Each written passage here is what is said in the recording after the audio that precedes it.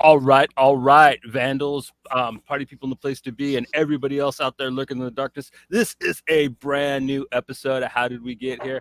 And oh man, I am super excited for this one. Uh, this guy, he's kind of a new find of ours, but like, oh my god, he's just blown our mind and kind of really become one of our favorite creators that we found recently, right, Joe? Hells yeah, man. His stuff Uh, is memorable to say the least. It leaves an impression. Anyone indifferent or not, man, it'll leave you. It'll mark you. Yeah, in good or bad ways, it's depending probably on where you're coming from. it's probably some of the most fearless storytelling I've seen. I've Yeah. never seen anybody willing to just bear their childhood trauma on their sleeves and shit Mm. like this guy does. But without further ado, we're gonna go ahead and let him introduce himself. Pierre, like, why don't you go ahead and tell everybody a little bit about yourself, man? Yo, man, I'm a small old grandpa already, man. My son is 15, but I feel like I was 70, you know. I don't know, what can I say? I'm a small brown South American, but with the adjective of Polish, mostly squatter until like 10 years ago. Hmm. Uh, Dishwasher living in Holland. I already married here, you know, I gotta pay taxes, so now I'm kind of like a normal person, and I'm just drawing the whole day since I'm 8, you know, and now that I'm fucking 48, it's been like good enough time to try to make it like more than decent, and that's it, man.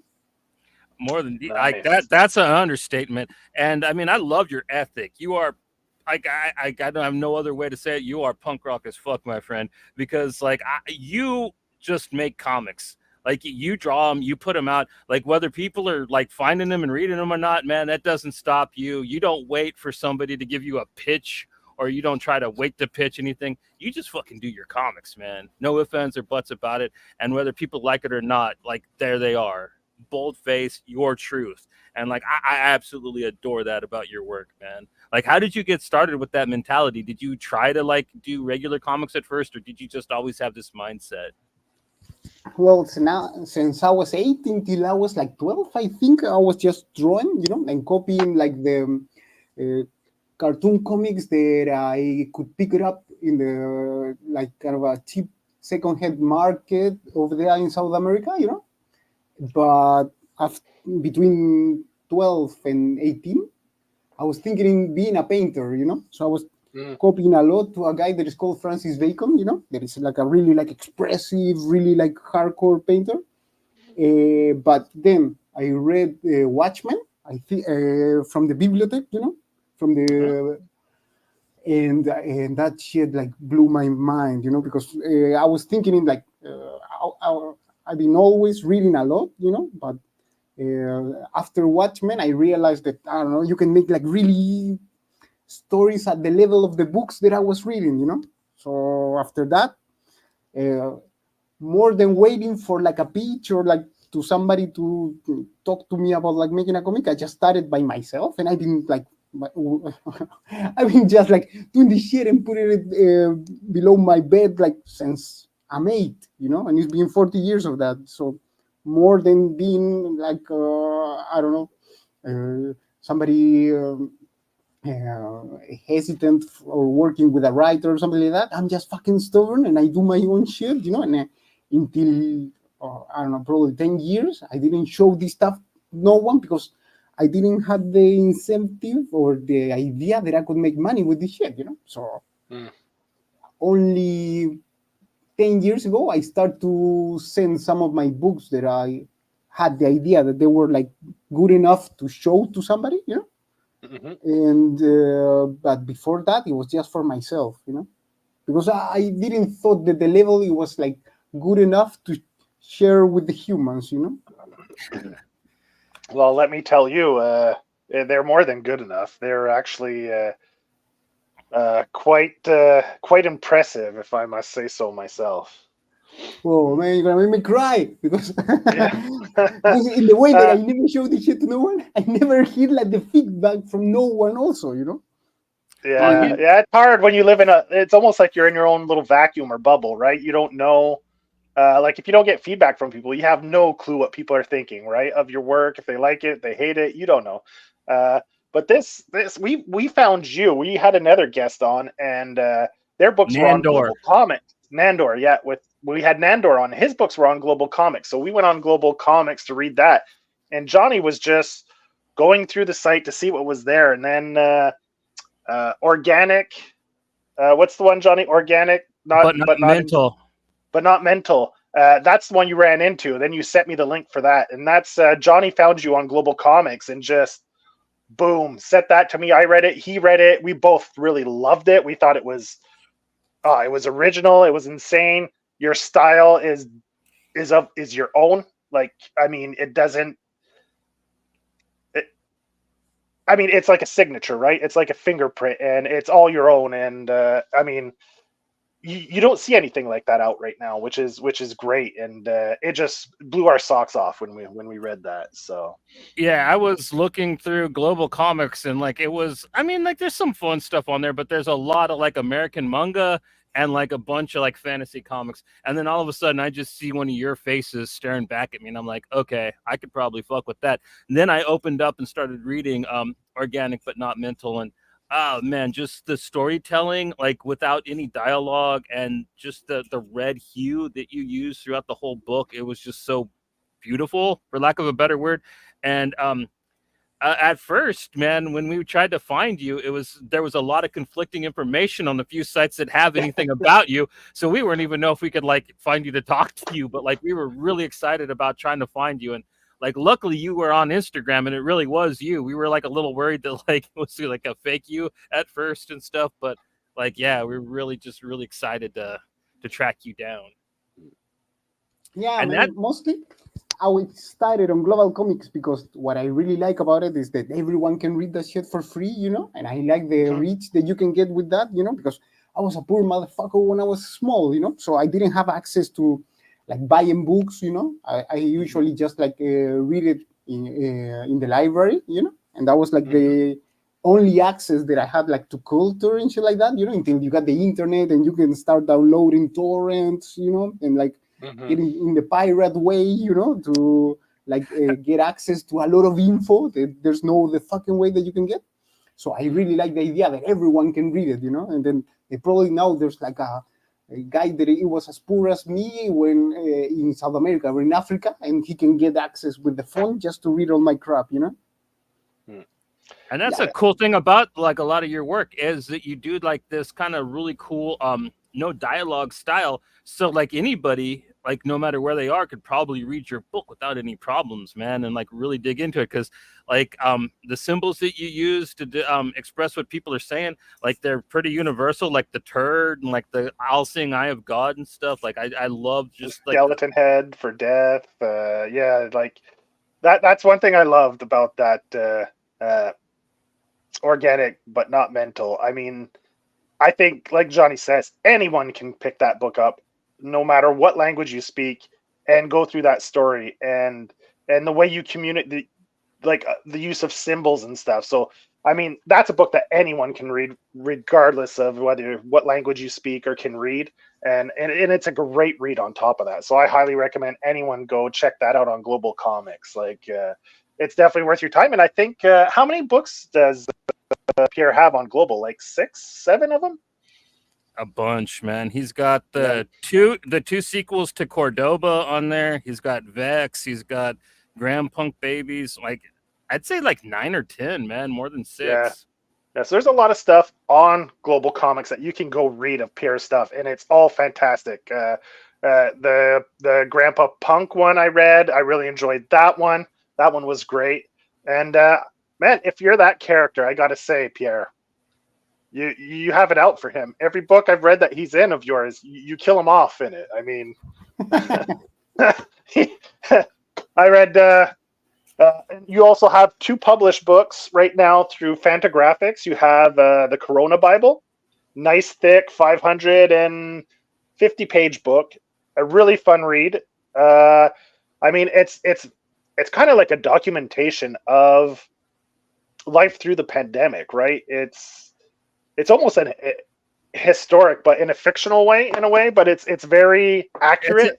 It's a time capsule, like, and Yeah. it's a really important one. I think a lot of people, like, with the right sort mindset, should own that book, just so you don't forget some of the stupid shit that happened during the pandemic, because I think a lot of it is going to get glossed over, like the toilet paper and certain other things. And I think that this book would be like a nice fun reminder for people. It gets serious in parts, like really serious in parts, but it's also kind of some of Pierre's funnest and funniest work too at the same time. So it's got a really great balance of like the emotions in it. Well, that And this was really a diary, man, because I started on March, March when we started with the fucking corona and all this stuff, Yeah. And the idea at the beginning was like to challenge all like the conspiratorial theories that they were coming in the time, especially with a lot of like anti-China sentiment that I found on the world and shit like that, And I was really anti that, So at the beginning, I started to make the puzzle of the different like ways that you can like talk about like the moment that we were passing, especially because I was checking that there was a lot of like right wing kind of like really strict and like xenophobia coming in a lot of like the talking about like how it came from China, and I don't know, I'm fucking South American, so I kind of look like Polynesian, I got the eyes kind of like smaller than usual, So for me, it was in some way even personal, And living here in fucking Holland, full of like blonde people, that it was like 2 meters taller than me because I'm like a fucking hobbit, because I'm small, I don't know. It really like increased like the anguish, that I could feel, about like the fear of the foreigner, the fear of the one that is not like you, that is like basically what we got every day, like coming from like Twitter or Facebook or like all mass media, the idea that you gotta fear your neighbor instead of like fighting with the rich guy that is taking your money away, So mostly, and because it was day by day, it's really closer to the idea that you can get from a diary, because exactly. I was making 1 or 2 pages per day, so it was like you made this book practically in real time. Yeah, like I mean, you were, as it was going, you were making this book day to day, right? So like this was directly influenced, like things that you saw that day, you probably drew onto the page, and then you continued the story. It's such an interesting book, and I think maybe at the time, maybe people like it was too close, right? Like Johnny and I, too soon. Yeah, Johnny and I were talking about that, and we're like, maybe people.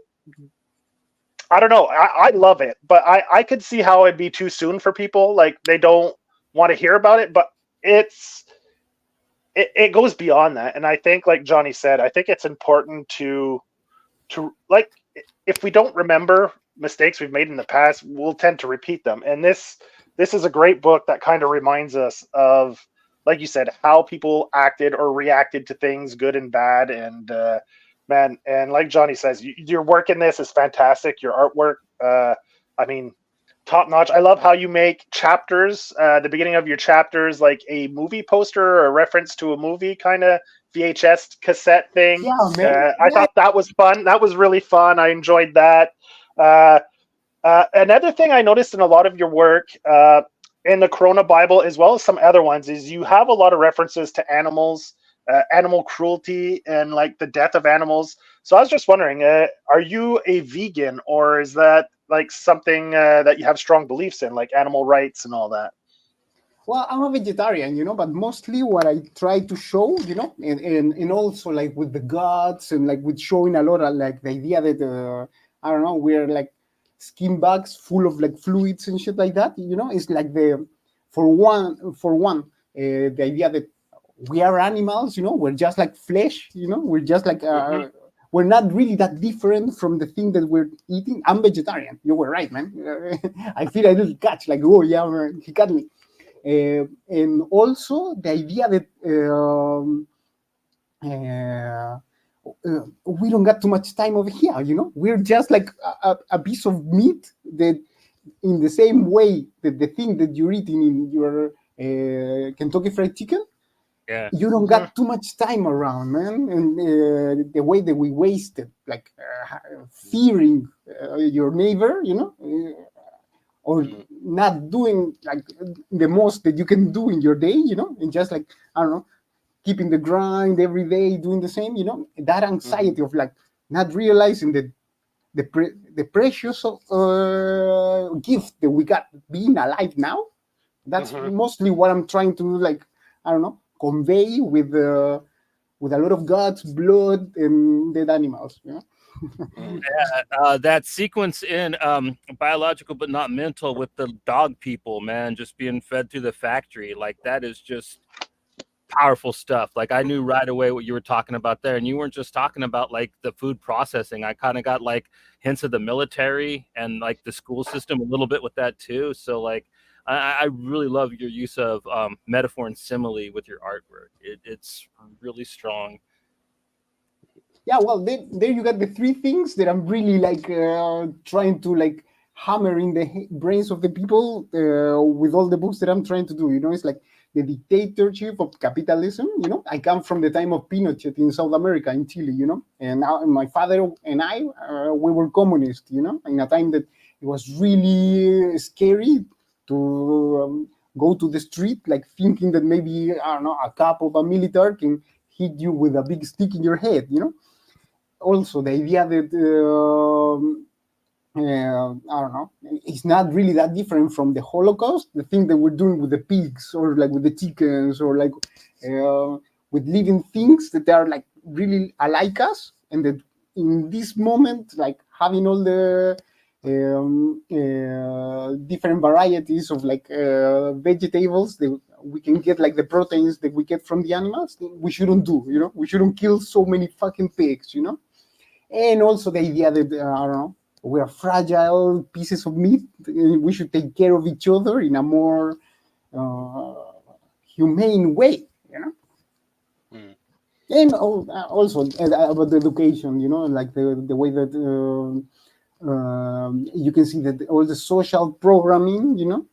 It's really apart from the idea of what I don't know, Catholicism or religion teach you that is the good way to treat to each other. One thing I've been really interested in asking you about is your writing and scripting style. I know that you do a page or two a day of your painting, just beautiful artwork, and everything's so well blocked out. So I was wondering, like, how does your writing style and scripting work? Do you have everything kind of planned out beforehand, or does it all come from like the panel that you're painting, or like?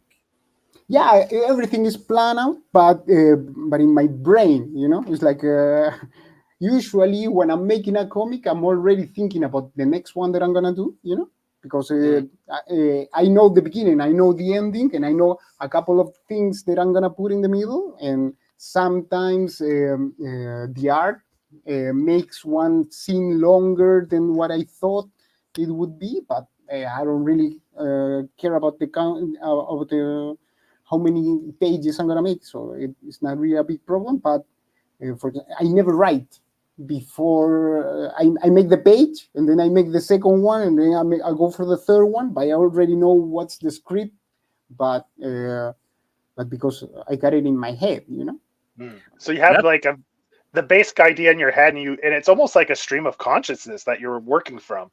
Like you have the basic idea, and then you draw each page, and from there you work out the details as you're drawing the pages. Yeah, but usually I get I get in my head the scene of the end, But for example, in the Corona, I didn't knew it because when I started, I didn't know that I was gonna make the connection with the killing of Floyd. What was the name? Floyd something. George, the guy. George Floyd. George Floyd. Yeah, because I think in that moment it didn't happen.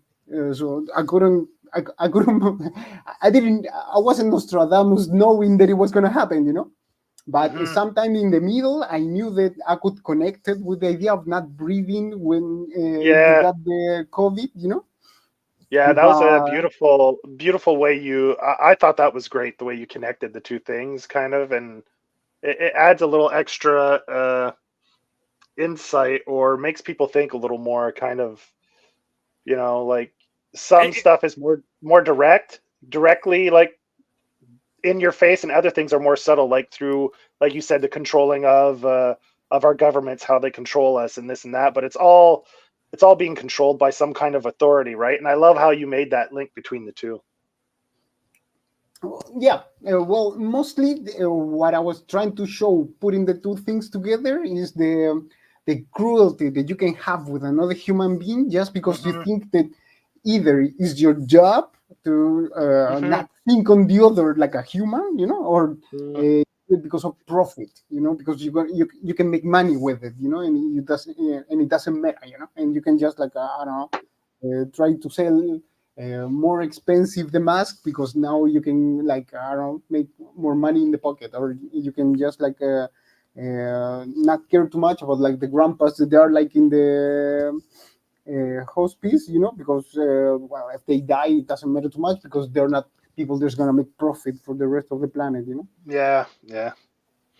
and just leaving them alone, like you showed in the book, like that's another thing that I think is going to get glossed over in history. People aren't going to talk about like that they didn't have masks and shit for people to go to work, so there were literally people just being left to their own squalor at the time, for lack of a better word, because like literally they couldn't go in and help the people that they were like supposed to help, just because you couldn't go near anybody, which Yeah.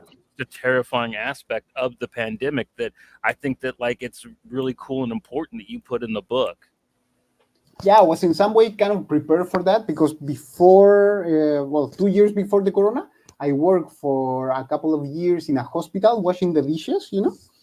And even if we are in the fucking first world, over here in Holland, with a lot of like improvements in the way that they treat like fucked up people. There is like the old people that nobody really cares.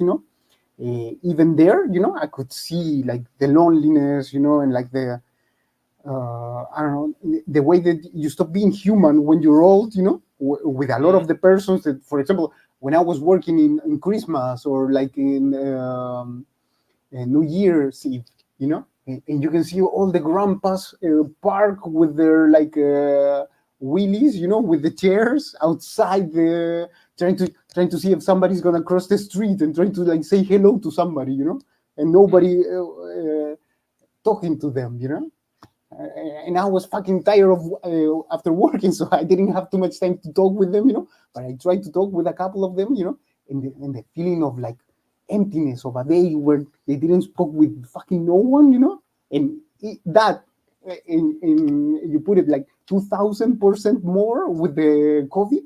Fuck, man, what a fucking way to go! It's horrible, man, and I'm not getting younger, man. I'm gonna be there in a couple of years.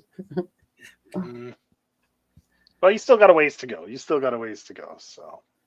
Well, it's not really about me, man. It's like I don't know, the feeling of like frustration where you cannot really like take all the fucking grandpas, all the people that is sleeping on the street, all the people Yeah. that is being hungry. I don't know. It's a And problem.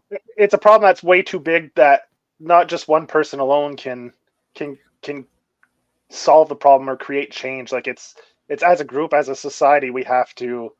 well, another thing is not Yeah. just because he's not that age yet, like it's not, these problems aren't going to get fixed by the time he is that age, you know what I mean, or we are that age, you know what I mean. It's going to happen to us too, like if we make Yeah. it there. So Well, it's gonna Because keep happening if we don't Yeah. change the system, and mostly if we don't start a new education for like the new generations, because we're already fucked up. We're already like fear of like giving our things because I don't know. I don't want that the neighbor take my things because I want to keep them for myself, And until we don't change like the whole structure of society, there is something that is closer to think. I don't know.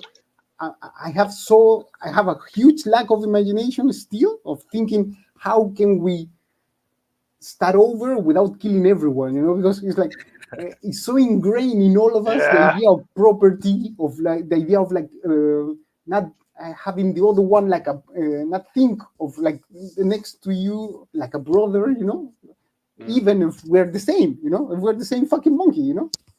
I don't know, I don't know.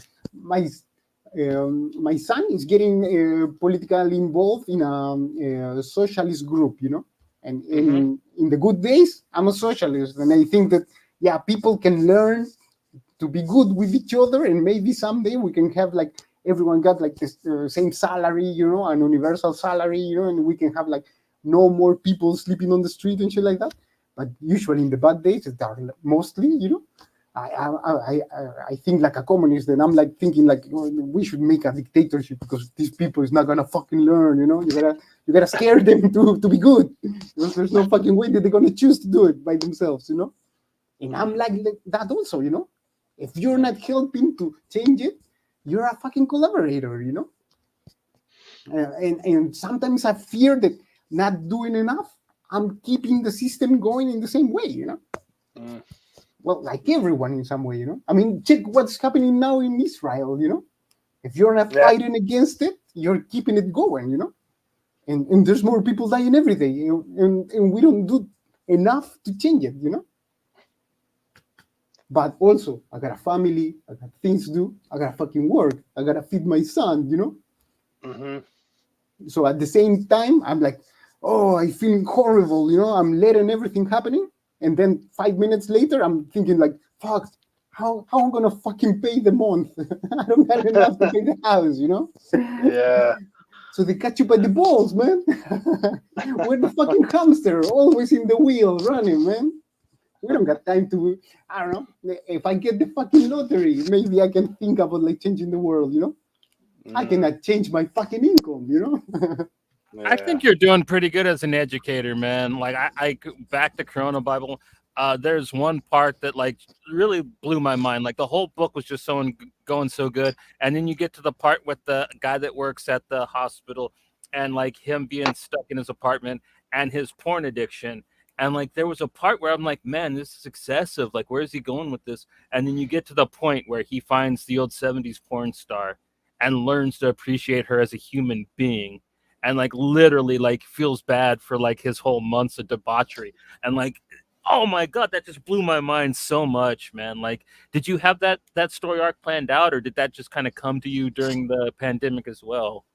No, that one I had it planned out. And in fact, I was thinking before to make just a small comic of 30 or 40 pages just about that, you know?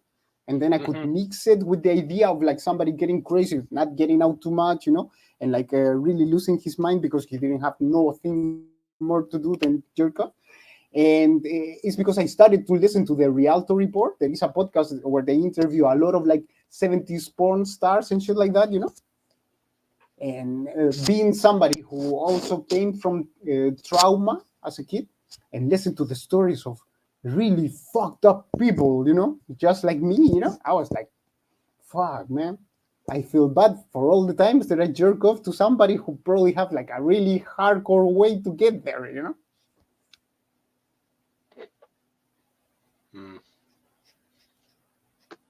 Yeah, I mean, like Johnny says, you're very open in your work about, like you said, trauma, things that happen in your childhood, but you also don't pull any punches when it comes to talking about other people in the industry as well. And there's a lot of funny stuff.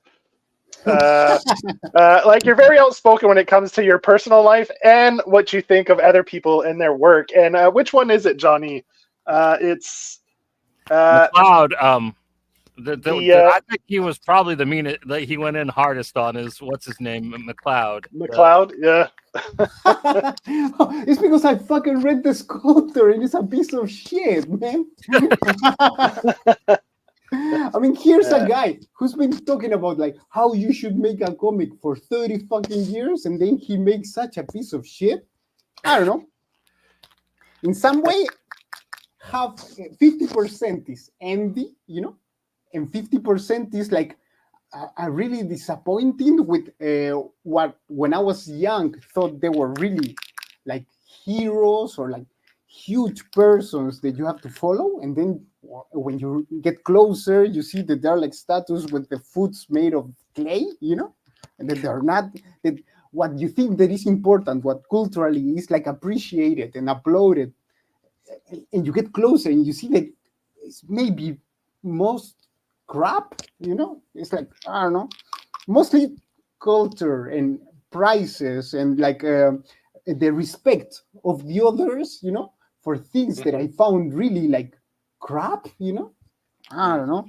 I felt really, for example, 2 days ago, I was speaking with a friend who went to Angoulême, there is a really huge comics convention in France, and he was like talking with somebody who win like a lot of prizes and shit like that, and then I saw the videos, and the idea of like, I don't know, feeling good with a lot of people applauding you and shit like that, I found it so obscene, I'm really, I feel like a lot of like shame for the other persons when you got your Oscar moment and you go up to pick up a prize. I found that shit so disgustingly, I don't know, pathetic. It's ridiculous, man. It's like, how can you feel happy of that moment? It's disgusting, man. In that shit, and the appreciation that everyone got for like, I don't know, for like a prize, for like thinking that you're like the best of the year or something like that, I found it so funny, that comes with a lot of resentment, I mean, the idea of prizes, or the idea of like win to the one that is next to you, I found it so like Nazi in a way, thinking that there's one that is better than the other ones, and thinking that, I don't know, there's a race of like intelligent people that should be above the other ones, and you are like below, and your part in your life is to applaud, and the part of the other one is to receive the applause. I found that shit so stupid. I'm a socialist, man. We're all the same. There's no difference between like the guy who's winning the prize and the guy who's giving the prize, man. We're the same fucking animal. It's cool if you make something that people appreciate it, man. It's nice. Okay, you can hang it, but that doesn't mean that the person is better than the one that is next to the other one. In the same way that my boss work less than me and he doesn't deserve to have a salary 5 times bigger than mine, just because I'm fucking washing the dishes, it doesn't mean that because he's the one like playing with the computer, like making like an Excel sheet in 5 minutes and the rest of the time like watching porn. It doesn't mean that he should make more money just because he's wearing a fucking suit, All those things that I found that that creates like a hierarchy, that creates the pyramid with there's a few ones that are like above all the other ones that are us, that I found it really like I don't know, makes me angry, in the same way that when I was a child, it made me angry that adults treat me like horribly, or that I come from a dictatorship, where a couple of like generals, they were like they had the power to kill everyone that thought in a different way than them, The power of the few, that's a thing that I really hate, and even if it's culturally, and there's a few that are treated like gods because they make a couple of things that they sold a lot. I found that really like, I don't know, I'm closer to the people that's gonna throw rocks to break the window than the guy who's inside the window, like getting the prize, So I think that I feel more comfortable in that place, That's another thing you kind of tackle in Coona Bible. You kind of go into a little bit of detail about like what exactly happened in Chile, which is kind of relevant at the moment because one of the architects of that, Henry Kissinger, just passed away. Which that motherfucker, man! I was so fucking happy, man. In fact, in one way, I was really disappointed that he lived so fucking much, Meaning that always the good are the ones that they die young, because this motherfucker, he was like 200 fucking years, I didn't know he was still alive, man. He must have bounced a check to his necromancer or something. Man. That's the way, man. You make the deal with the devil. Oh, you're gonna laugh for a lot of years, man. And that motherfucker laughed a lot, man. But yeah, I mean, and in some way, it's not that different from what you can feel that is happening in the rest of the planet, because the occupation of like a small country is not that different from like the occupation of like a poor city where they start to kick away all the poor people. You develop a new one, with a lot of rich people, like in San Francisco, in North America, when you got all the people that they come from Silicon Valley and they start to make like a rich paradise, kicking away all the poor people and treating them like shit, It's not that different from what happened in South America, Africa. Now that there's one huge country called the world, because now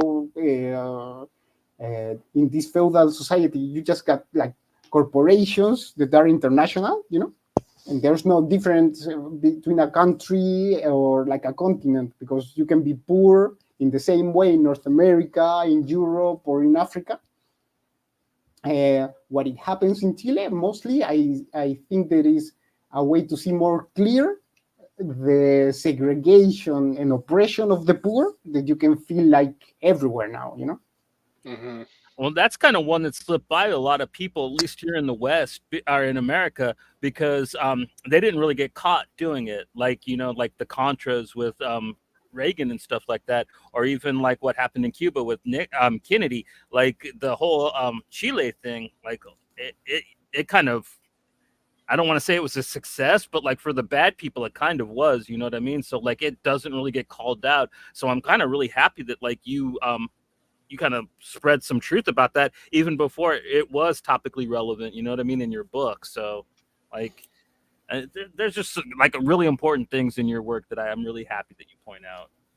Well, I was lucky in some way of getting born in the worst place, in the worst time, because what it was important about like Chile and the dictatorship and like the big oppression that North America put on Chile especially was that in the 80s, Chile was like the first place where it was trained the economical model that the Chicago boys, the credits given by the banks, and the way that with a credit card you can get hooked and you can get like chained to the mafia of the banks, where you cannot stop paying never until you die, because you take credit and the credit is getting higher and higher and higher.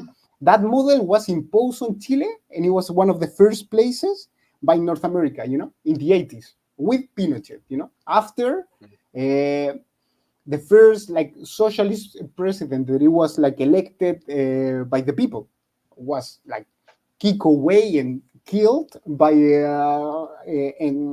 North America, and then you put like a puppet dictator, and then you put like the fucking credit cards in the 80s, to start like with the slavery, the economical slavery of like the middle class that disappear and becomes in a couple of years just the fucking poor people, all that happens when I was born and when I was getting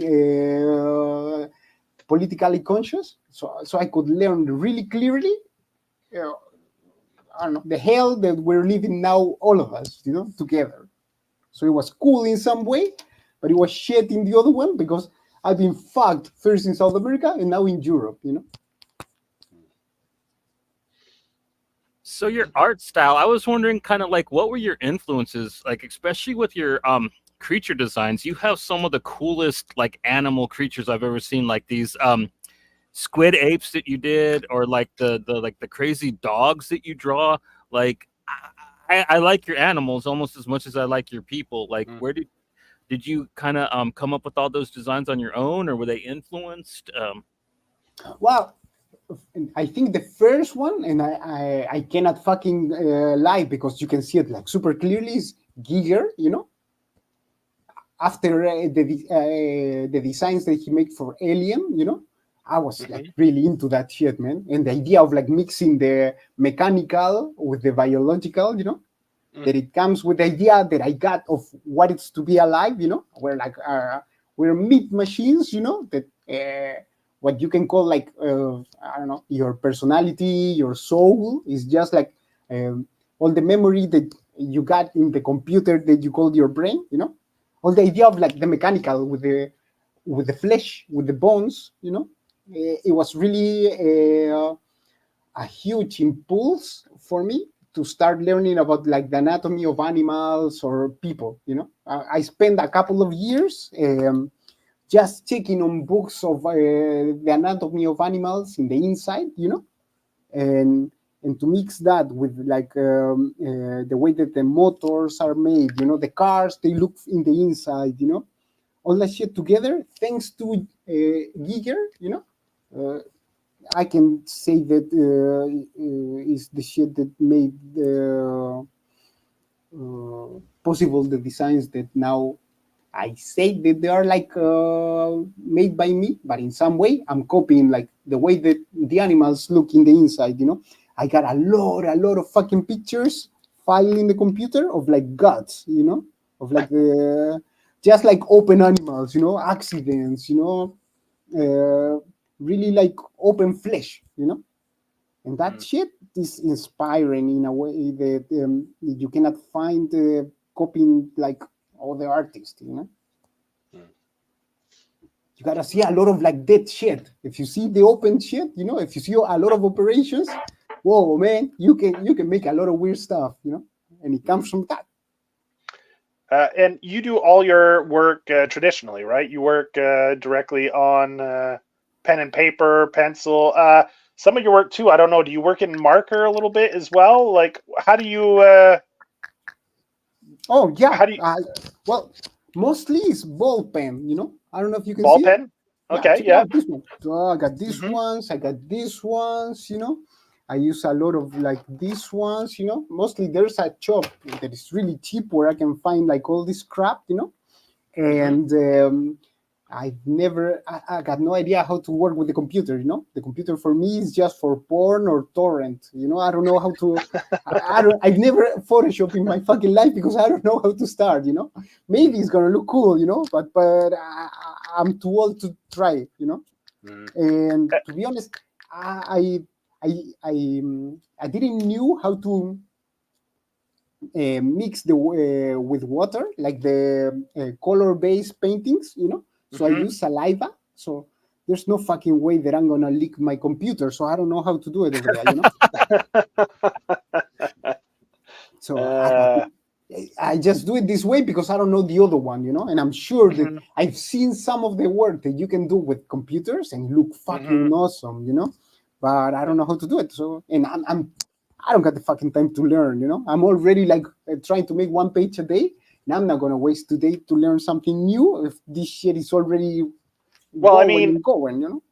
A page a day is a good rate, is a good turnaround because a lot of artists can't even manage to do a page a day. So I think, however you're doing it, it's working because, yeah, if you can, especially some of your pages, man. I mean, look at all these faces and oh, dude.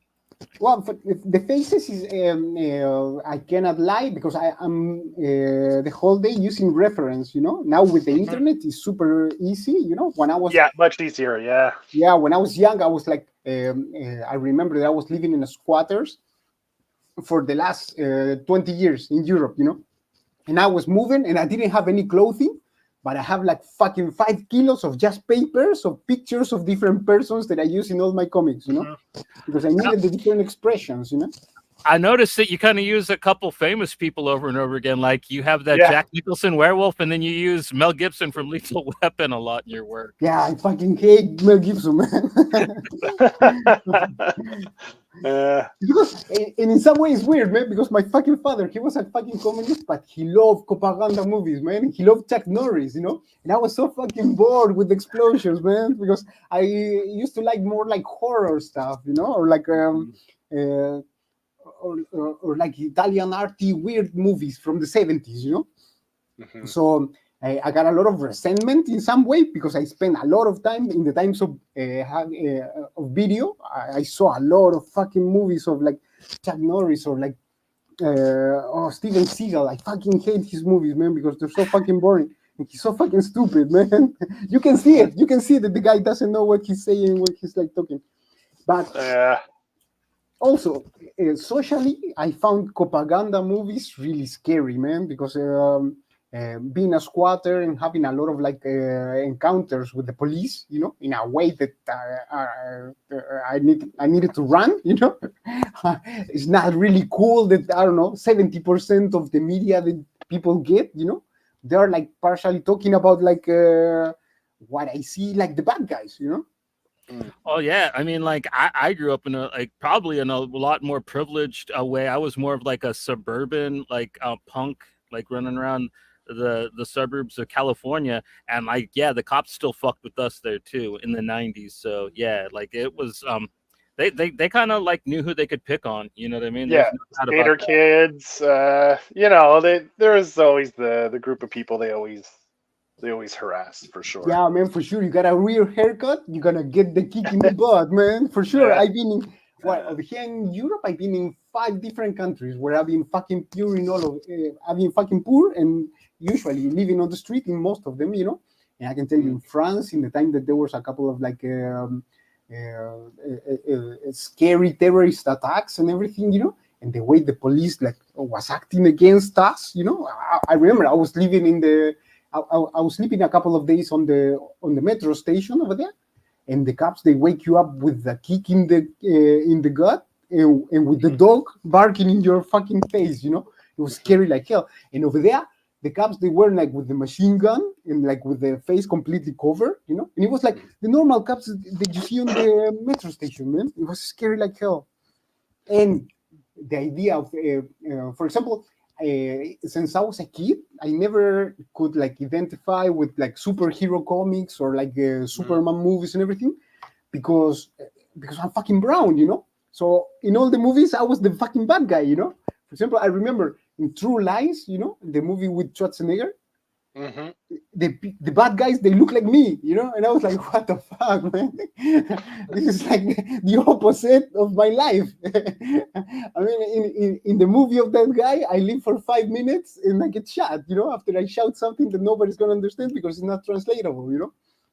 So for me, most of the media, you know, and especially when I was a kid, superhero comics, I saw really like from a different planet in some way because I couldn't relate to the people that it was like the main characters over there, you know, because I wasn't the main character over there. Usually, if I appear in some way, I was the bad guy, you know. So there's a lot of like the feeling I had when I was a kid. I had a lot of the feeling of being the other, you know, of not appearing in what is considered the normal media, you know, the popular things, you know. I guess it's good you landed in Europe then. I mean, like especially in France and Italy, like they don't really have superhero comics there. I mean, they import ours, but like they got such a rich fountain of just like noir and man, just all kinds of really cool sci-fi and horror books coming out all the time. So I mean, like, yeah, they got a huge market, man. But that doesn't mean that the main popular things are really fucked up and right wing, you know. I mean, in France, what the comics that are more popular are fucking cowboy comics, man. It's fucking Lucky Luke, you know. It's fucking or Tintin. There is like a white reporter going to Africa, you know. It's like I don't know. Since I was a kid, I've been seeing that all the popular media is really right wing, you know, and the values are really like. Of the good guys and the bad guys, and the bad guys are the ones that they trying to take your properties, you know, because the good guys they need to defend from the robbers, you know, and the robbers are the people that they want to take things from you, you know. There's a really capitalistic, you know, and like anti-socialist feel in most of the popular media, you know. And when I was a kid, and now even in Europe, a couple of years, I could see that still is like the main idea that you try to transmit with all what people call popular, you know. So yeah, there's a huge market in France and Italy, but the good things are not the popular ones, you know. Like same. everywhere. I think You know? everywhere is kind of like that a little bit. Yeah, for sure. Your art. Did you ever get, like you said you wanted to be a painter when you first started, and then you read Watchmen, and you're like, oh, this, you can do this with comics. But your art, your style. Did you ever get into graffiti or tagging or anything like that? Yeah, Because I was yeah. over here in Holland. I stayed in Holland because I found a gallery that it was like a social project for keeping the young kids in a inside place and not like trying to steal in the streets. And so the idea was to make them paint. But the guy who was running the project, he was a graffiti artist, you know. Okay. And he found me on the street because I was trying to sell my paintings because my brother wanted to see the coffee shops in Holland. So we came with 5 fucking euros, you know, dollars. And we didn't have nothing to eat for like 2 days, skipping on the train from one place to the other. I didn't know that there was a city called Rotterdam, you know. I didn't know that this place existed. But over here, one of the younkies find me on the street. He took me with my paintings to the gallery where this graffiti guy was like running the place. And I found a place where I can sell my paintings, and I make a lot of graffitis with them for like 2 or 3 years, you know. I've been making graffiti. Yeah. But, that's awesome, man. Yeah, but only the summertime, man. And the summertime over here, in that time, it was only 4 months. And when you try to graffiti with gloves on, it's fucked up, man. It's so fucking cold, man. It's so fucking cold. Yeah, because I could see that a little bit of the graffiti style in your work too. You know, it reflects a little bit in your work and stuff. So that's why I was curious. Like, you definitely get that urban feel to all your work. You know, like it's very, like you feel the streets in your work. So yeah, I've been doing a lot of like street art. I've been making portrait on the street. You know, I've been like, I've been painting on the wall. You know, trying to get some money and shit like that. But I think that mostly what it makes what I try to like. I think what dictates the most on the pages that I'm doing is the poster art. You know, that is something that it's really influential on me. You know, especially the Polish posters of the 60s and the 70s. You know, okay, there was a freedom over there and an impact on the image that I'm trying to copy with everything that I do. You know. Do you still sell it? Go ahead, Johnny. Sorry. Is that kind of why you chose Poland as your fake place of birth? No, I chose it because in that time they were asking me in Fantagraphic what was my name, and I was living with fucking Polish lazy fuckers, you know, in the squad that I was living. Because over here in Holland, the Polish people, they were like, they were the poor people. In that time, they were like the people that they having like the worst. They having the worst. They didn't have any respect by society. You know, they were seen as the worst criminals on the planet because there was a huge invasion of the Polish people here in Holland. In that time, I was living, and almost all my friends they were Polish. You know, and the name Pier Dola means like dick or means that you're a jerk. You know. And they were telling me that shit a lot before they translated me, and they told me what it means. So I adopted because of that. Because that time in North America, you know, there was a lot of like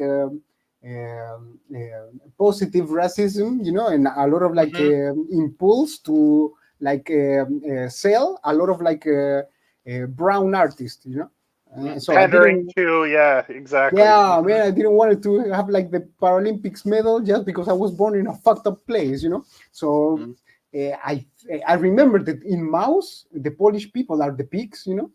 So they are like really having no respect in the planet, you know. And I could see it with my friends that even if they were white, when they were on the street, you know, all the people here in Holland, they treat them like shit, you know. And they were really treating them in the way that that I was treated as a kid because I was poor, you know.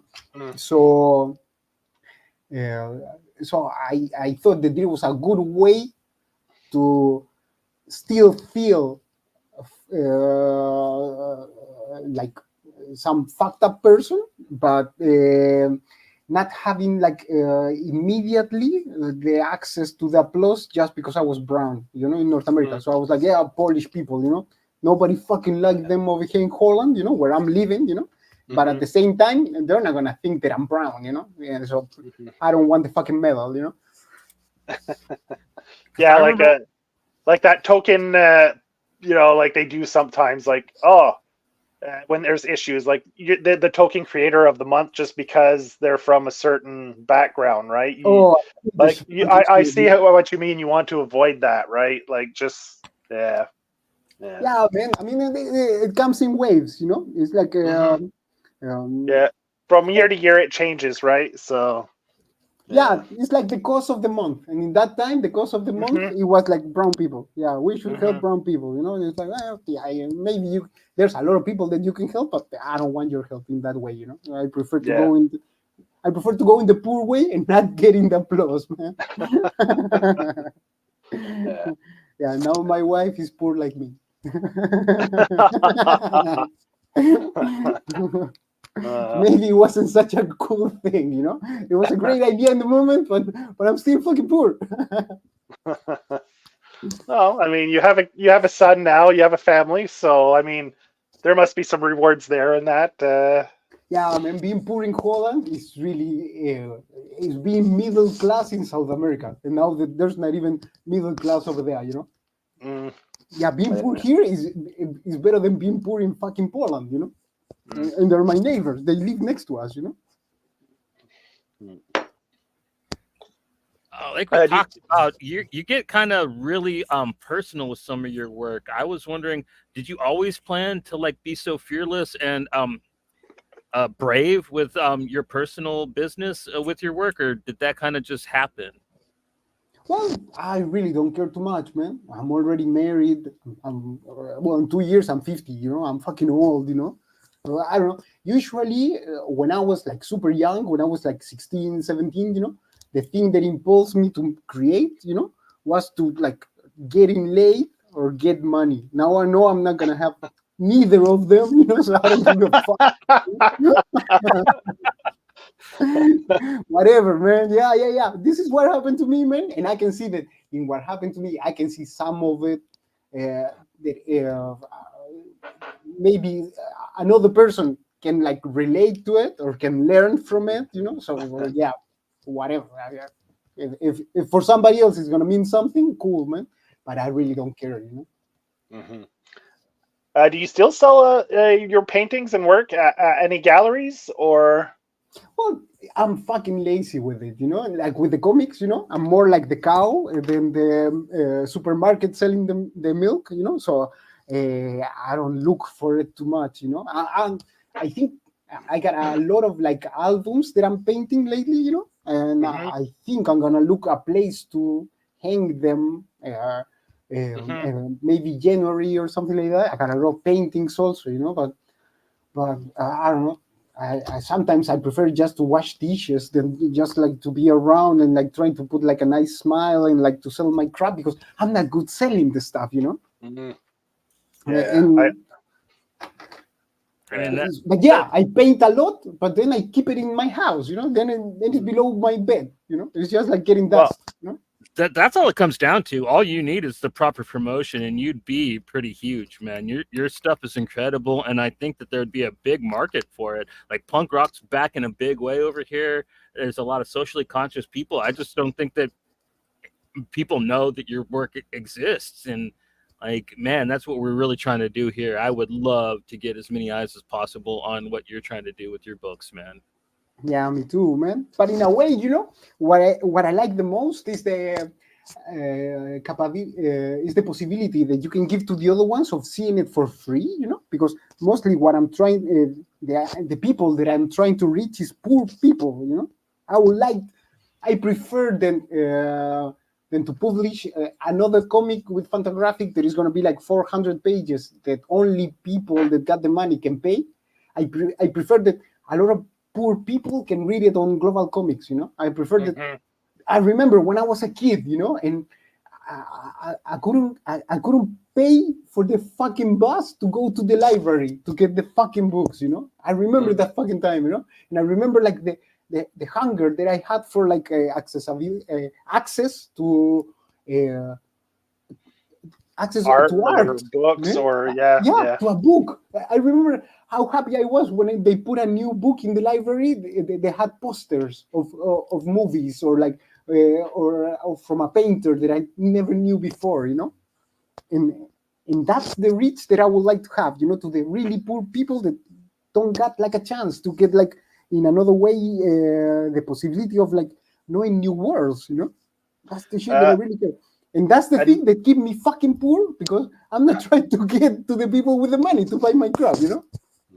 Another book that you have out is through Unbrained Comics.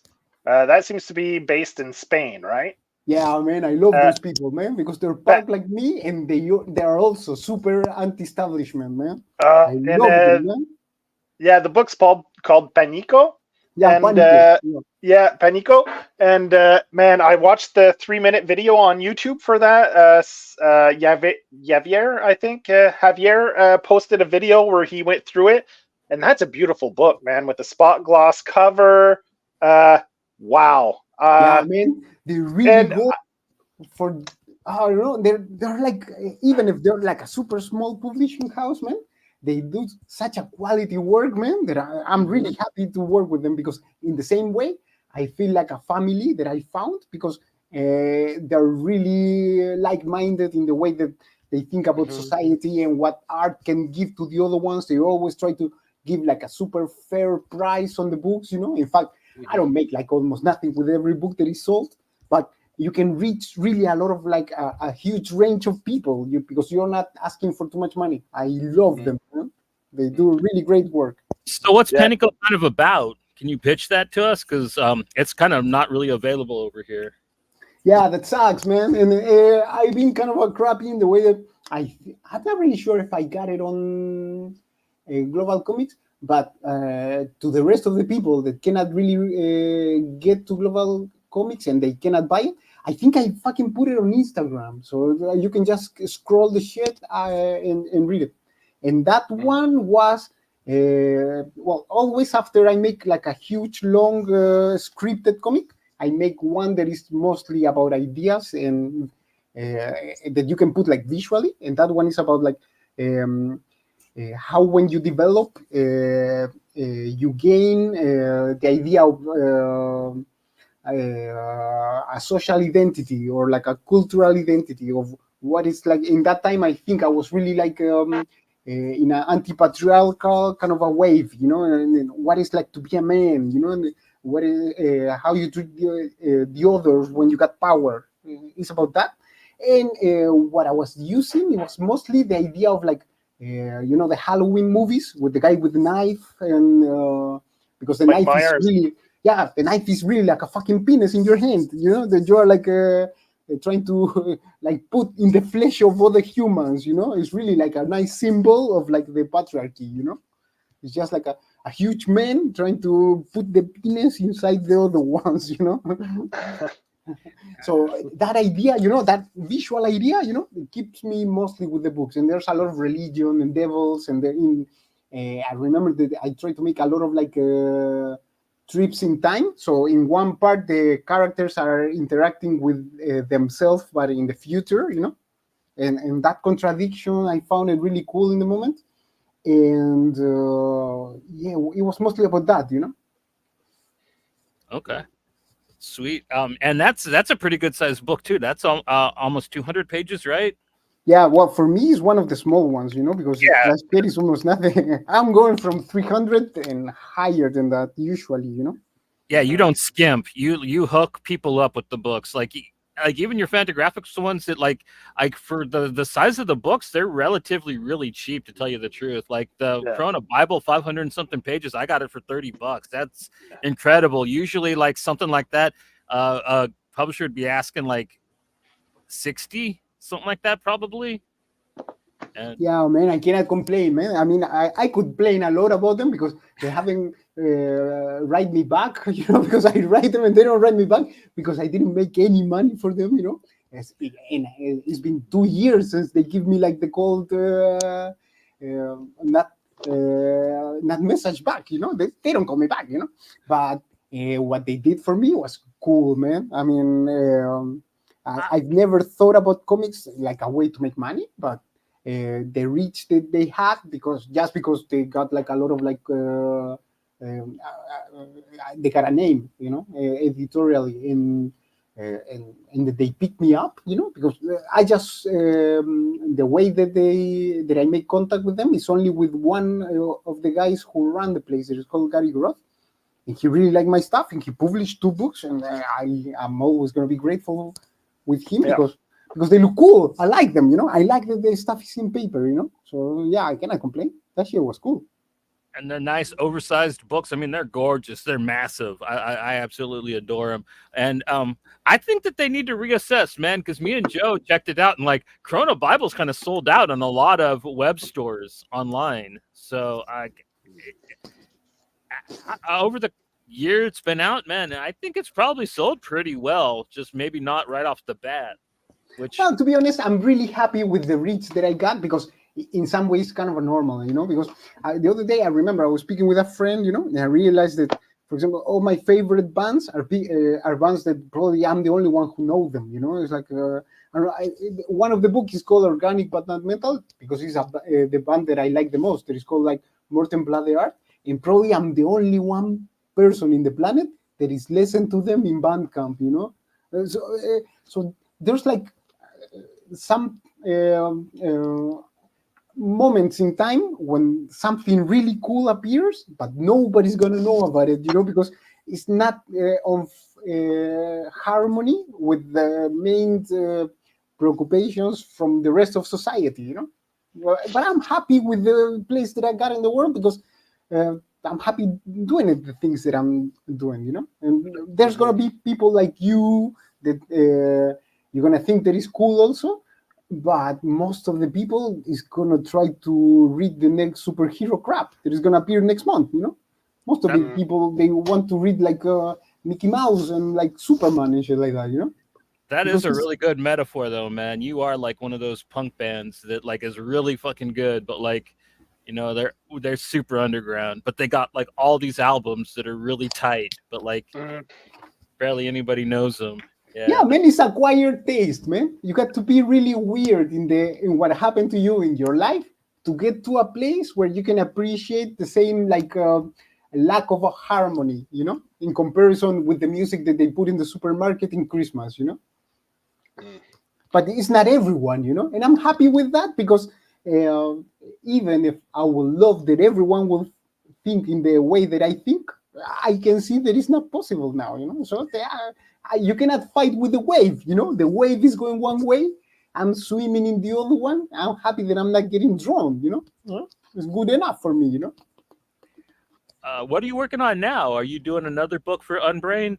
Yeah, man. Now I'm doing like 5 or 6, and in fact, it's really cool because I'm learning, man. These ones are like small books of like between 20 and 40 pages, Well, the one that I'm doing now, this one is wordless, and there's going to be 2 wordless numbers in this kind of a collection that I'm going to make with them, But the shitty thing is that the characters and the situations are only direct to Spanish people, because they're like Spanish characters, mostly politicians and people from the arts. And the ones that they got the dialogue, they're going to be only in Spanish, So even if you are South American like me, most of the people that they're my friends from here, they're not going to know what the fuck I'm talking about because it's only stuff that I know because my wife is Spanish, And I got access to like the radio that we listen together or the Twitter that we see when we're together, So it's super local, I'm doing a shit that is only for like 20 people in Spain that they're gonna laugh a lot with the shit that I'm doing, But besides that, the rest of the planet is gonna be like, what the fuck are you talking about? Do you know if Unbrained plans on shipping internationally at some point, or is they just keeping it within Spain? No, I think it's gonna be only in Spain because the shipping is so fucking expensive, and it's a small publishing house, you know. So Mhm. it's like 5 times more expensive to send the book than just to sell it, you know. It's 5 times Yeah, more expensive than the yeah, book, you know, just to put it from one place to the other, you know. yeah. I know. Hopefully Yeah. in some moment we're gonna be able to like to put it for free on some place like Global Comics or something, you know, so everyone can get it, you know. Or if But they sell, or they just sell digital versions of it. I mean, they could sell like PDFs or something yeah, like we some. haven't even think about it because mostly, you know, because the people who's running the place, they love the object, you know, they love the idea Yeah, there is a Yeah. book, you know, because they put a lot of extra effort in like giving nice present with the book, you know, the book that I mhm. make with them, you know, Panico, they give you a knife, you know, that they got like a there is Yeah, like a yeah, yeah, yeah, oh, it's so fucking nice, man, it's so yeah. fucking It's cool, cool, you eh? know, Yeah, I and saw that it in the one comes video. with each number that is sold, you know, Yeah. because they want to make like a really nice small piece of art, but Mhm. accessible to everyone because it's cheap, you know. So digitally, it lacks, you know. It's half of the fun, you know. Yeah, I But get that, but I mean, I'd still love to get my hands on it in whatever form possible. You know, yeah, man, we're waiting for you, man. Just take the trip. I'll have to fucking. Oh, man, a plane ticket to Spain will cost me way more than the shipping would. You have to cheat yourself, man. Yeah. Put yourself in the box. Too close for the Uh, thing. You can and walk by it. the time, by the time I save up enough money to get the plane ticket there, it might be sold out. Yeah, or there's not gonna be Europe anymore, man. Yeah, but I'd love to go visit Europe. I mean, with the everything's so close, so the train's so practical in Europe to get from place Yeah, to that's the place. great So, things, man. yeah. Yeah, in the Second World War, it was the worst, but now it's the best, you know, because you can get Mm, everywhere, you know. mm, mm. And now it's more difficult because there's more restrictions. But for example, 20 years ago, when I first came to Holland, you know, Mhm. I was just skipping on the train, man. I was just like one night sleeping in Belgium on the street, and then I just entered in one train, and I didn't know what the fuck I was entering, and then appear in a place that it was called Holland. You know, it was so fucking nice, man. You can just like be in a fucking bump and like run from one country to the other one, you know, with no Yeah, repercussions or like any involvement with the police or something like that. You know, there was no really yeah, frontiers. You know, it was yeah. nice. Customs or yeah, yeah. So where was the first place you ended up in Europe when you came over from Chile? Yeah, my brother was 1 year in Barcelona, so I met him there, and I stayed in Barcelona for like 2 years. I think it was 2 years, 2 years and something, and I was squatting over there. But it was shady because over there squatting is illegal, you know. So we were Mm, really scared. In fact, I remember that we were staying in an army base, you know, that I went away for in the morning, and when I came back, I lost all my shit because they already had like metal doors and all the things that I had, I lost them, you know. I lost my passport, I lost my clothing, I lost all the comics that I was doing until that time, you know. And mm, probably like the cops, they just fucking burn it or put it in the garbage, you know. And I just mm, lost everything, you know. Then we went to France and we stayed there for a winter with a friend that gets sick of us and he kicked us out. And okay. then we start traveling via the in the trains, you know, Mhm. until I get to Holland. I stay here for a while. I return a little to France, and then I came back, and I've been staying here for 20 years. Mm. And your brother's Bart Simpson, by the way. I'd like to let everybody know that. Yeah, like he was a kid. He was horrible, man. For my mother, he was the gray hairs, man, because he was a monster. He was cool, man. Yeah, yeah. That's that was a touching part of the story. One of your stories. Uh, which one was it? That was the From Cordoba to Granada, the third yeah, part of yeah, his Cordoba trilogy. Yeah, that's the one that I'm yeah, trying to really like getting published somewhere in North America, you know, because it's the one that I think that it's got the best art and the best story, you know. I think that yeah, like if you really put out the shots fired that you shoot in the book, I think that yeah, might get some interest in it if you like actually pitch it with like this is the book where I take on the establishment. Like if you yeah. pitch it as that, I think you might actually get some pretty good eyes on it because Not just the establishment, the industry. Yeah, the industry. They actually, you go at comics as a whole pretty hard in it, and I mean, I like a lot of the guys you go in on, but like it was still fucking funny, man. Yeah. Like it was Well, so. you know, Yeah. to be honest, on that one, it's like I was thinking that it was going to be published by Fantagraphic, so I tried to attack a lot of the people who was like published by them, you know. And I Yeah. was thinking that I'm making, in some way, you know, I was trying to like give an autobiographical story without trying to be a sellout, you know, without selling the story, you know, and trying to talk about something else. And at the same time, I was trying to fuck up all the people that it was published by Fantagraphic, because if I get published on Fantagraphic, fucking up all the rest of the people around, you know, I thought it was gonna be a really nice way to like, I don't know, put the finger to the hand that feeds you, you know, in some way, you know. But they stopped answering my emails, you know, so maybe it wasn't such a good idea. It was audacious, man, because you go in on both Klaus and Ware. So Where? Woo! There's some Yeah, man, because very mature content there. The Where love scene is something else. well, it's because in some way, you know, it's all the examples that I see of the things that you shouldn't do, you know, because for example, Chris Ware, I used to love him a lot at the beginning, you know, when he was starting with Jimmy Corrigan and things like that, you know, but whenever all these people that's trying to get like worldwide famous, when they make the step to go to the fucking New Yorker, you know, that's the place where they lost me, you know. That's the place where I really hate them, you know, because that represents for me, you know, when you sell to the devil, try to get your pension, you know.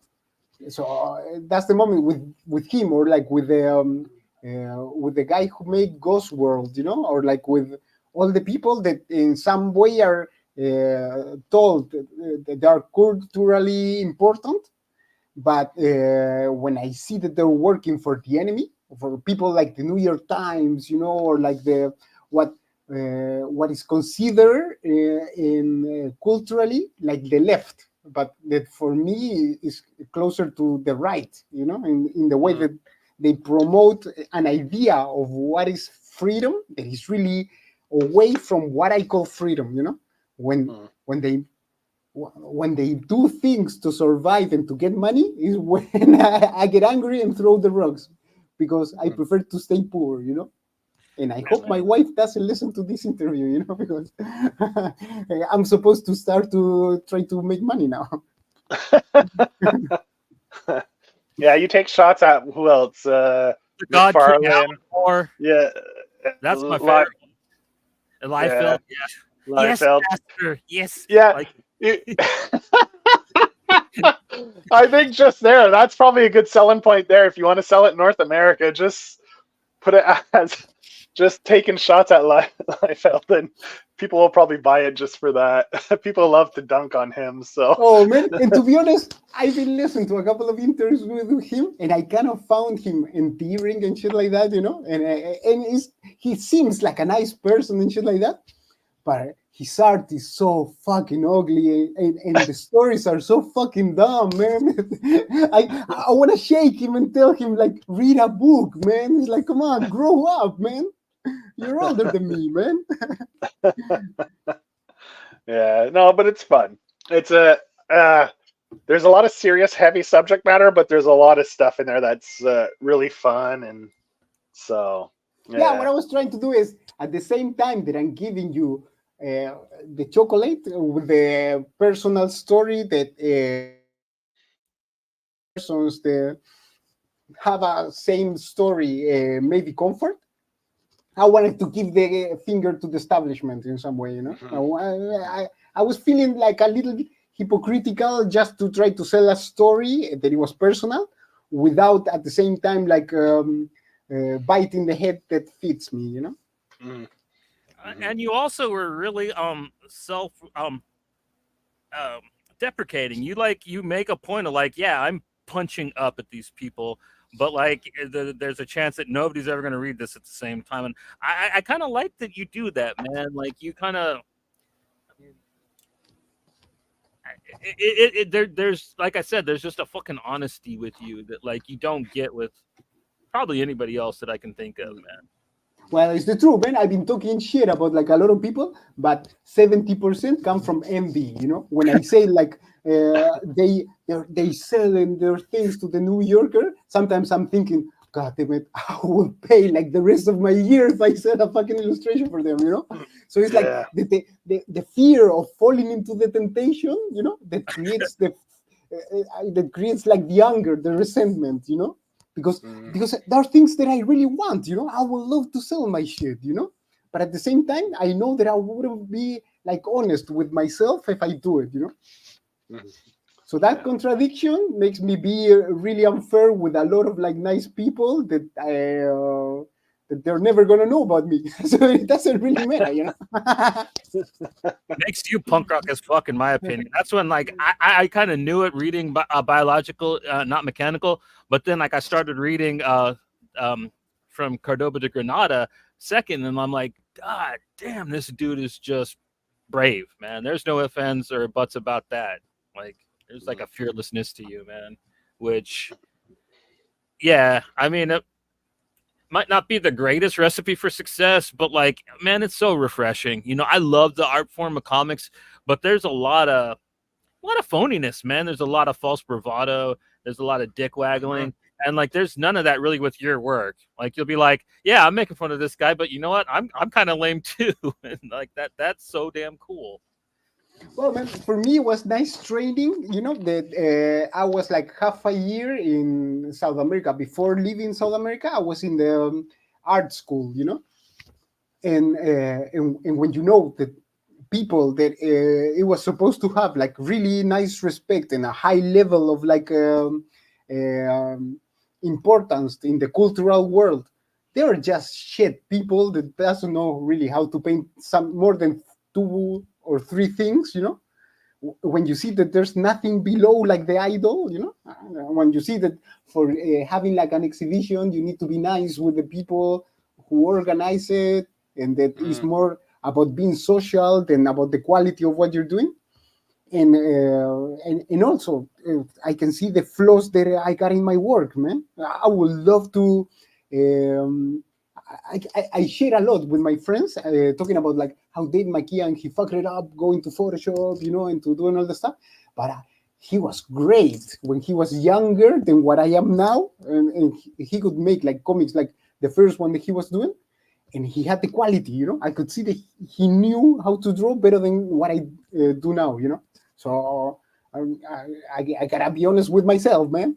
I'm not at the level that I would like to be employed. I'm never gonna be there, man.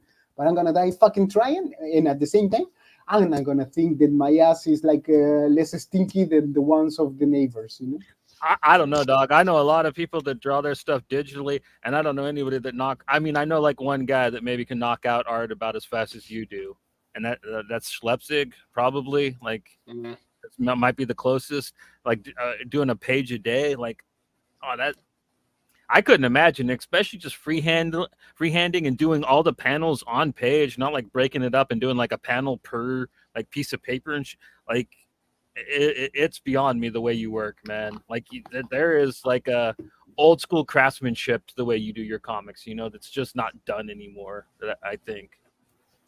Yeah, but in some way also being such an outsider, I'm really lucky in the way that I'm not working for nobody, you know, and I don't got restrictions that most of the people who get paid got, you know. I mean, even if I will try it, I'm not really sure if I will be able to make like a Batman comic with a small number of pages and with the restrictions of the dialogue that somebody's putting on me, you know? Yeah, having to work for editorial. You kind of did a Batman comic though, like in Coona Bible. You had the little bat talking about like how he gets blamed for everything, and he man. And in fact, I think I made Yeah, in a couple of years I make also a comic about Batman, and I really like the aesthetics. You know, I even if I've never been represented by what it's called like a good like superhero in the North American stuff. The character of Batman, I really like to draw it, and I think I make a comic that you had him like a character. I'm not really sure if I put it on Global Comics, but if I found it some things, I'm gonna put it. But it looked really cool. But I will never work for. First, I will never work with a writer because I don't like the idea that somebody's going to tell me what to do. But at the same time, I could never work with an editorial kind of a management, man, because I'm not good with bosses and stuff like that, you know. And I don't say it because I think that it's cool, but I'm saying because I'm lacking the humility to like bow in front of the idea of somebody that maybe is a better one than mine, you know. Well, how would you feel about having your stuff adapted, though? Like, I could see your stuff, like, not a traditional film, like, definitely like a Euro-style art film. I could see some of your books being made. Like, would you be open to something like that happening? Like, if the no, fucking never, man, never. Oh, fuck, and less movies, man, because I movies are just for rich people, man. Or I don't know, anyone that you see that is making a movie, even it's a fucking documentary, you know, that they're making in their house. They got enough money for not like washing dishes most of the week. So I consider it, even if it's for the masses, I consider that the people who's making it are in some way privileged, you know, and I'm really opposed to something that it was really like something that even now, well, no, 5 years ago, it was really on fashion, that it was like people thinking that if you make a comic, it's like a stepstone to get to make a deal with Netflix or shit like that. I fucking hate all that shit, man. I'm really opposed to that, you know. It goes like super against like the idea of producing something, you know, that is gonna go straight to people as poor as me, you know, without having to have in the middle like a huge production or like a couple of suits that they're gonna be profiting about like the things that I'm doing. No, I hate that shit, man. Fair So enough. you can see, I'm gonna fucking die poor, man. Any chance that I can get to get like some kind of money with this stuff, I'm just like biting, you know. I'm like, fuck you, you know. Yeah. One thing when we were talking, we had a brief conversation before we set this show up, and one thing you mentioned a little bit earlier on in the episode too is you've been doing a lot of paintings on old vinyls. Yeah, I love that stuff, man. It looks so fucking cool, man. Yeah, it does look cool because even the thumbnail we used for the intro for the show on YouTube is one of those vinyls that you painted on, and it definitely looks really cool, man. And how many of those do you have paintings like that kicking around? Well, I made a couple that I gave to the people in a comic shop in Amsterdam. So over there, I got like 10, I think. And now the last month, between one of the books that I was doing for Spain and the other one, I make like 20 more or 25. I got like, whoa. Yeah, but I can make 2 per day, you know, and they're super nice, you know. Yeah, it's cool. Yeah. It's a cool idea. And like vinyls have had a resurgence. So I'm sure people, if you tried to sell those, I'm sure a lot of people would just buy them to like hang on their wall and stuff because your work is awesome. And on vinyl as well, it's kind of a nice, it's a nice little touch, you know, to have it on vinyl like that. It's kind of cool. It's and it's super easy and cheap to make. You know, I was like this weekend, I was in a kind of a we get together with a couple of people making comics and we try to sell shit, you know. And I was talking with a couple of friends, you know, and if there's somebody listen to this shit that paints also. If you make, if you want to try to make one record, it's so fucking cheap to make, you know, because you can use something like Tipex, this kind of Tipex, like the base for the figure, and then I don't know how it's in the rest of the planet, but you can use markers like these ones, or what I found on a really cheap shop that is closer to where I live, metallic colors, you know, markers with metallic colors. Yeah. Usually are like water based, so you can like draw with it, and then you make like the gradation of the color with the water or saliva. There is the thing that I use, and they're super easy to make because the background is already done. You know, like the back of the cover of the album, you know, it's already they got like really nice kind of a petrol black color, you know. So I don't know. people should start fucking painting on records because they're so fucking easy to get. You know, I found a box that one neighbor that left the house give me for free. So I got like 20 or 30, and I paint them all. You know, and I can make 2 per day. Everyone should do it. You know, if there's anybody that is fucking poor and they're not selling stuff, you know, get a fucking album and check it out. Over here, I got one. Get one like this, you know. You put Tipex on it for the shape that you're gonna paint. Then you get like then you paint it with this stuff, and you got one nice painting that you can sell. You know, I mean, somebody can sell it. I haven't sold it, you know, but somebody Well, could. I'm sure. You know? I mean, anyone that's listening, or like, if someone reached out to you, would you sell some of your paintings on vinyl to them?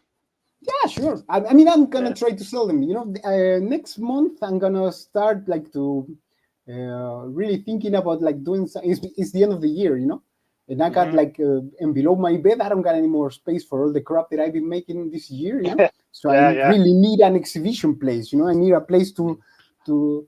I need somebody to keep all my crap because I don't got the space in my house. So I'm gonna try to like exhibit and sell some of my shit. You know. And to be honest, I never try it on internet because I'm not good with it. You know, sometimes somebody asked me from like out of Europe. You know, for me it's gonna be too much work, so I'm gonna be like, well, I don't know. Can you just like print that shit? I can give you the photo. You can print it in your house and you can hang it on the wall. Man, it's gonna look the fucking same. You know, but. For the people in Europe, for somebody who lives in Holland, yeah, I'm gonna start to try to sell next year. You know. Because I got a lot of crap and I need to download all this crap somewhere else, you know, because if I don't do it, my wife is going to put it on the garbage. Yeah, that'd be a shame. Yeah, that would be a goddamn. Well, more space, you know, so next year I can paint some I hear more. you. I hear you. Yeah. So you can do 2 of those a day. Is that on top of your like 1 page a day rate as well? No fucking way, man. It was a time that I wasn't drawing. I'm making sure. Well, I need to take a crap every 2 hours, man. There's no time for that. Well, like I know you do a page. You say you do a page a day, but you put out so much work, and it all just seems like super relevant. Like it all seems like you just put it out. So like, you know, it's incredible. Like how much work you have out, and like how relevant it all is. You know what I mean? None of it seems like it's very old. You know what I mean? Because you're very topical with what you're talking about, and like. Yeah, I mean, it seems that your work ethic's pretty incredible. So well, if you make the mathematics, it's 360 maybe pages a year, you know, because I can make like sometimes 2, 3. If it's not too much dialogue, and if it's only, for example, this one is the second one that I make today because there's only like 5 figures, you know, and the rest is the background and the colors and shit like that, you know. So. You got the chance to be topical, you know, because one always is fucked up, you know. You just have to really look closer, you know, and you're gonna recognize the stink of the shit that is like the usual. And also because I can make 300 pages every year, you know, so I can really talk about like this year stuff. Something that happened in January is still gonna seems like it's from now, you know, but it was 300 pages ago for me, you know. Well, yeah, you were telling us last time we talked, you kind of don't even remember some of the early stuff that you did, like this, like certain art that you did that you look at and you're like, man, I did that. Yeah, man, and I'm so fucking ashamed, you know. Yeah, I can really see the improvement in the last years, man. Especially after I started with therapy, I could see that the stories are getting a little less dumb and shit like that, you know. I was really stuck on my ass, you know. Well, I mean, we've talked to other people, and you know, telling your story through your art and stuff too is like it's a form of therapy and working through maybe things that you know that happen to you, and you know, sometimes it's good to get it out there like that and talk about it, so then you can move on and you know, create more stuff and you know, process things that maybe, you know, that aren't easy to talk about. And sometimes it's just easier through your work, right? To communicate those things. Yeah, well, I've been trying that stuff since I started because I've been never thinking that. Well, I've been knowing since I started that this stuff was never going to be like commercially like popular, in a way, Mhm. because I've been always started with aesthetic that is really violent, Well, Mhm. what has been great with being fucking old now and with therapy is that you get a little more distant from your emotions, Mhm. so the stories are less stupid, because you're doing it less from the anger or the An fear. emotional, yeah. Yeah, Mhm. and you can have like a better main view of the story and from Mhm. and of yourself. Mhm. You can be less personal in the way that you can see yourself inside the picture. You can have Mhm. more a global view of everything. Mhm. But I've been always speaking about like my anger, and that's the reason that I'm gonna fucking be poor, because I don't know, I wouldn't read this stuff like before going to bed, because usually people need something relaxing after a hard day at work, and this stuff is really like an acquired taste in the way that nobody's gonna came back from 8 hours washing dishes and then they're gonna start to listen to, I don't know, Skinny Puppy or like something really hardcore. Nobody goes straight onto the worst Nine Inch Nails. Mm. I don't know. It depends on the person, I guess. Yeah, you're right, man. But I can tell you, it's not everyone. No, no, it's not everyone. No, Skinny Puppy. They just finished their a tour recently. Yeah, I hear Actually, about it, man. Oh fuck, I never gonna see them, man. That yeah, sucks. It's that was one of their the final first. tour. Yeah, Oh, Yeah, they're done. Oh, are they gonna? supposedly it was supposedly their farewell tour. Yeah, their last tour. Yeah. yeah. I mean, they're like 60, right? I mean, is that, and the next one is gonna be on the wheelchairs. I mean, we're not Yeah. getting younger, man. We're Plus, talking already classic music, man, because that shit is old. plus with how the singer used to jack himself up on stage, like sticking knives in himself and shit. Like, yeah, you like surprised he's even still able to do it at Yeah, 60. I'm surprised he's still walking, man, without a bag hanging. So is Yeah, they that were they were is one that of the first bands that I found that they were really in harmony with the way I was feeling. Mhm. They were really important for me. And until now, I listen to them like daily. Mm. so that's the kind of stuff you listen to when you're jamming out and you're doing your work. You kind of put on some old industrial and just rock out. Yeah, man, mostly industrial and shit like that. But I don't know. I've been mellow with the years. Now my son introduced me to Mitski, and we saw it. We saw her this year, a couple of months ago. I'm 90s person. I'm listening to a lot of like was on fashion at the time, and even if I started with punk, with Minor Threat, I was straight edge for well, probably until now because I don't drink, I don't smoke. And I started with the Dead Kennedys and at the beginning the Sex Pistols until I saw that they weren't politically aware, and but mostly 90s alternative old people music, What Mhm. is now classical music is the stuff that I thought that it was really avant-garde. Yeah, Yeah, hearing stuff that I listened to in high school being played on the oldies station is just jarring, man. Like, it's life, man. It's the fucking mirror, man. We are not getting younger. I got fucking no. white hairs in my balls, man. Yeah, that's the way it goes, though. I mean, yeah, it's a one-way street, and yeah, Yeah, like you man. said, I'm losing the hair in my head, and I'm getting more head. I'm getting more hair in my ass, man. That shit, I wasn't counting on the back. Now I'm getting a back mullet, man. It's horrible. uh, ears, eyebrows, yeah, nose, yeah, the hair fucking. growing out of my ear is like the most disturbing, man. I feel like Yoda. Like, Yeah, man.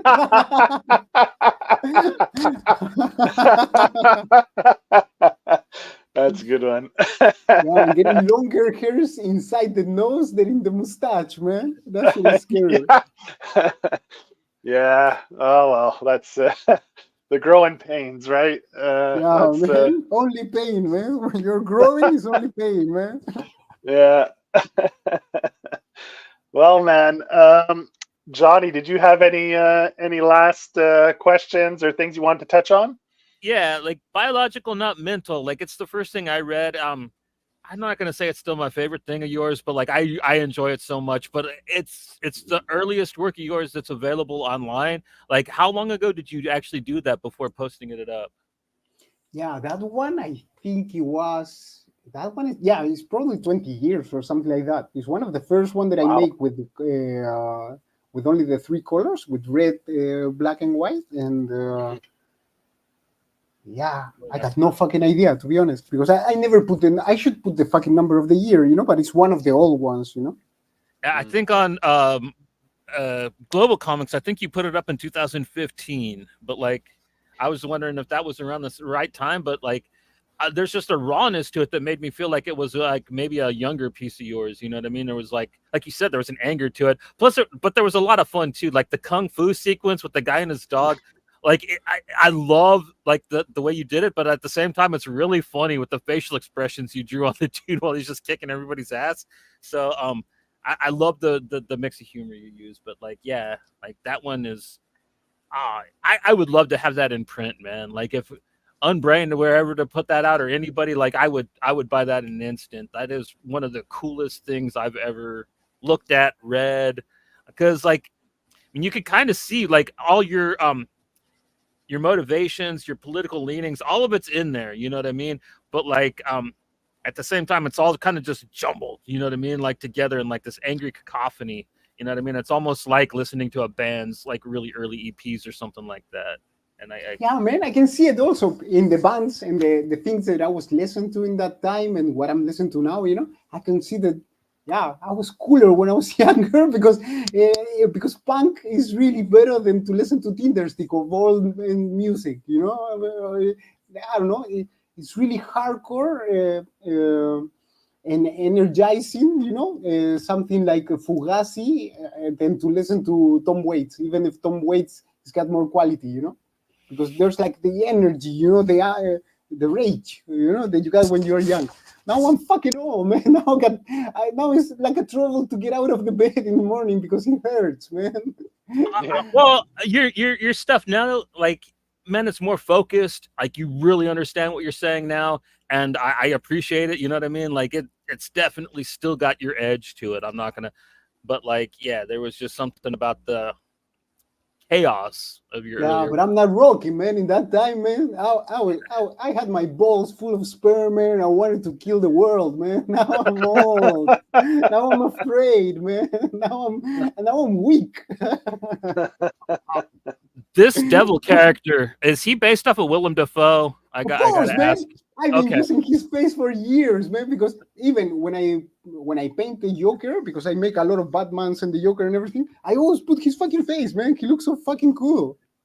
Yeah, he is just like a really strange looking man, and like, yeah, he is unmistakable, but like, yeah, man. Remember, in some way, it's a dedication because I had a Polish friend that he was looking really a lot like him. He was fucking ugly, but he got a lot of chicks, man. I don't know how he did it, In that punk one, there's that guy I told you, Johnny. He always comes up, the old man with the big smile on his face. Who is that one? Oh, that's Borges, man. He's a famous writer in Spain. No, in that Argentina. It is, eh? Okay, I knew it was some kind of. I recognize that picture. Yeah, right? Jose Luis Borges, man. Okay, that's it. Okay, I've seen that picture somewhere, and you bring him back a few times throughout the story, and I was like, I know I've seen that somewhere, and I couldn't put my finger on it. Okay, I thought it was Waddy from The Exploited. Well, now it looked like every fucking old punk that you can find, But the face comes from Borges, and he's a really nice symbol because he was like a huge intellectual, He was really a huge brain. He was really intelligent, but at the same time he was blind, and he was played stupid from a lot of people, He was like having a lot of pictures with the dictators in Argentina and everything, and he didn't know because he was blind at the same time that he was like super intelligent, you know. So I always use it like a reference for myself, you know, because even if you think that you are really intelligent and that you know, even sometimes you think that you can know more than the rest of the people that is around you and everything, you know, you're super blind to a lot of things that you don't know that they're pulling you in one way or the other, you know. So for me, it's a great example of somebody with a really cool fucking face to draw, because also he got like the big nose and everything, you know. I love his face. Yeah, I'm going back to Corona Bible. Like during the pandemic, did you actually ever skateboard with panties on your face? Just I cannot answer, man, because there's some criminal payment that some person should do, and I'm not gonna do them, so I cannot say. Awesome. Yeah, secret. I love that panel. Yeah. But yeah, that pretty much wraps up most of what I had to ask. You got anything? Yeah. No, man. I just wanted to say thanks to Pierre for coming on. We're so happy you accepted to come on and do an episode with us, and it was a pleasure talking to you. Love your work. Hope to see more in the future, and the best of luck to you with your books moving forward. Dude, I gotta say that for me, this was really a special night because now I got two friends, man. One in Canada and the other one also in Canada, or you are gringo? No, I'm a gringo. I'm tragically in Oklahoma, so like your books really resonate strongly with me. Like I really live with the dumbest of the dumb over here. So yeah. Well, you can say that, man, but to be honest, that happens everywhere, man. I've been in 2 fucking continents and 9 fucking countries, and always, if you find 3 persons, there's gonna be 2. They're gonna be horrible with the other one, and you're gonna be probably that one, the one that is gonna get crushed, you know. So it's normal, man. It's life. It's everyone, you know. Yeah. It's people. We are fucking dumb and we're cruel with each other, man. That's life. So, in closing, you have 2 books with Fantagraphics that people can probably find at bookstores or online. One is the Corona Bible. That's your most recent release from Fantagraphics. And you have your first book with Fantagraphics, From Granada to Cordoba, is also available. You also have a bunch of books available on Global Comics. So if people go to Global Comics with an X, Comics with an X, they can find your work there under Pier Dola. You have, like Johnny said, almost a dozen different comics on there, so people can go find your stuff there as well. And anyone in Europe from Spain can pick up your Panico through Unbrained Comics. You can get it through them if you're in Europe. So, in Holland also, because in Holland I've been moving the comic and putting it on. I think already got like 7 or 8 comic shops around the country, you know, in Amsterdam and another towns that I cannot name because they're in Dutch and I don't know how to say this fucking language. Okay, you know, you speak like fucking Frankenstein, you know, all the words are like three sentences together. It's like fucking long when they say it like, okay, you know, it's like, I cannot say this stuff. But in Holland, you can find also the Panico book. Yeah. Okay. And in North America, please somebody buy the 2 books. They don't write me back, but they're cool people. Yeah, I can. I actually have the link for Pierre's Global Comics in the description. I should have said that earlier on for anybody. Yeah, put it because I really wanted everyone read this shit for free. You know, that would be the best. So yeah, it's down in the description of the video. Definitely go check it out. And just jump in, man. Like he's got some really cool art pieces. Like I like the Reichland. Is that the one where you have like all the Nazi versions of action movie covers? Yeah, man, Richtopia. That came in the time that they killed like the Floyd guy and everything, you know. And I was really into like I think I was reading a book about the slavery in North America and everything, you know, because and I thought about the idea of making a lot of posters about the history of cinema, but putting the black people, you know, like not the main character, but a character in the corner. There is the one that is important and that is growing in each poster. That's the stuff. Yeah. And you can read it for free over there in Instagram and in Global Comics. Yeah, and on Instagram, it's Pier Dola 2023. You can go find Pierre there on Instagram. He's you're constantly posting pages every day, so there's a lot of stuff to go check out on your Instagram page as well. Yeah, he's kind of in the.